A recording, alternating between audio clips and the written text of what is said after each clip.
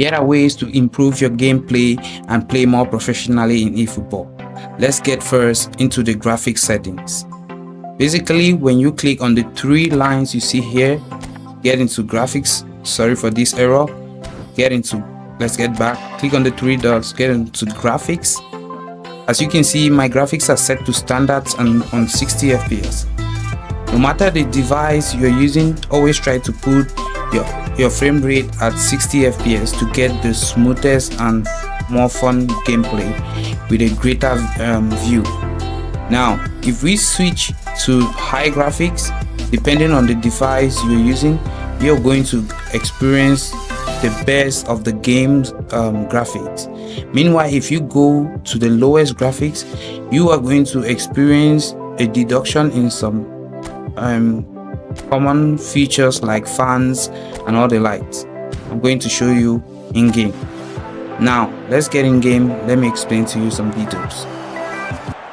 Now when you get in game, get to extras, game setting, graphics. Right here you can also switch the graphics of the game in this position of the in-game. If you switch to the lowest graphics, this is what you are going to experience. You're going to see a deduction. There will be you are going to have no crowd cheering when playing games, and there will be no commentary when your graphics is set to this lowest option.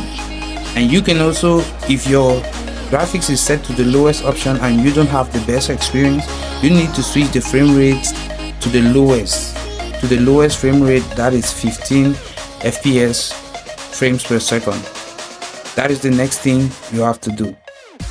Now I will show you the difference in the various graphics as you switch them from the lowest to the highest.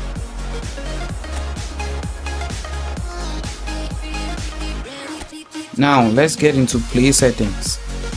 For these, as you can see, I'm having the touch and flick.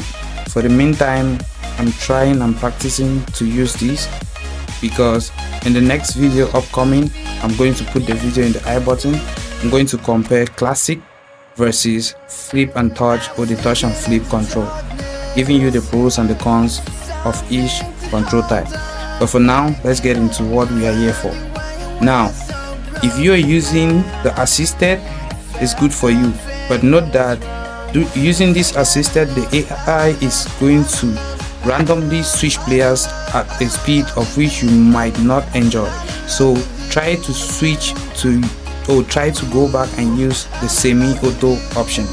That will be preferable if you can manually use that. For the next thing, as you can see, the movement range input, or the movement input range, you need to switch this to narrow. It limits the gap to which your thumb is going to stretch out and to try to match to get to the player's maximum speed. If you are on wide, I'm going to show that with some clips. If you are on wide, to get to the other edge of it is very difficult. Meanwhile, on narrow, you easily get to the other edge. Advanced control, just leave it at tap. I wouldn't advise you to put that on double tap. For these, depending on your preference, next player indicator,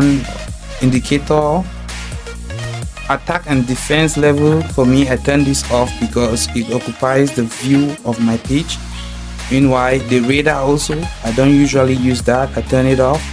Stamina gauge, you can turn this on or off depending on your preference. Username in cup matches, you need to turn this on because you can identify your opponent from your teammate plan.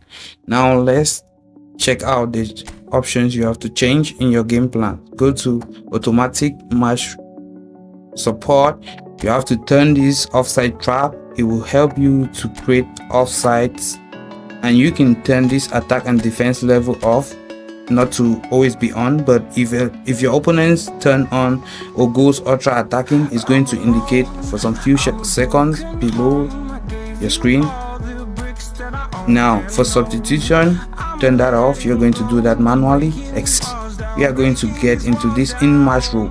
This is very important to stop the fact of you delaying a game, trying to switch the player, taking the corner kicks and the free kicks.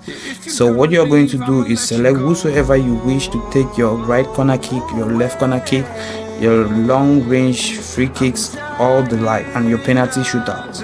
Now this is a key point to note in this part of the roles to change.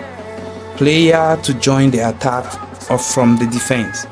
If you choose a single player, that particular player will be the player to make those runs when you go ultra attacking or when you are at the last moment of the game. But if you don't select a particular player or you allow this all like known, any player will be selected at random to make that crazy run forward that can also affect your defending. And if you also select 3 defenders to do that, it's going to affect your defense. Offensively aggressive, but defensively you have a weakness because you can be played through a quick counter and then you find yourself conceding a goal. Make sure you select a single defender to always make those runs forward, and you don't select 3 defenders to do that. Select a single defender and the rest stay back to defend. Now let's get to a few in-game settings you need to tweak. The first in-game settings we have to tweak is the camera. The top 3 cameras to use are we have this white camera, which is recommended by some pro YouTubers or gamers of eFootball like Liars FC. And the next camera we are going to talk about, of which I also use, is this dynamic range camera. As you can see, the angle to which the camera was placed has been shifted from that of the white camera. This camera also expresses and shows you a wider range of the pitch. You can see from both wings when you are at the bottom of the field. The next and the best camera in eFootball is this dual camera. This camera is better for the rotation, is smoother, and it switches and zooms in and out when you get to the point of attacking and to the point of defending. When you are at the midfield, the camera zooms out, and when you are at the attack line and the defense line, it zooms in. This is the best camera in eFootball for now. Until next time we meet,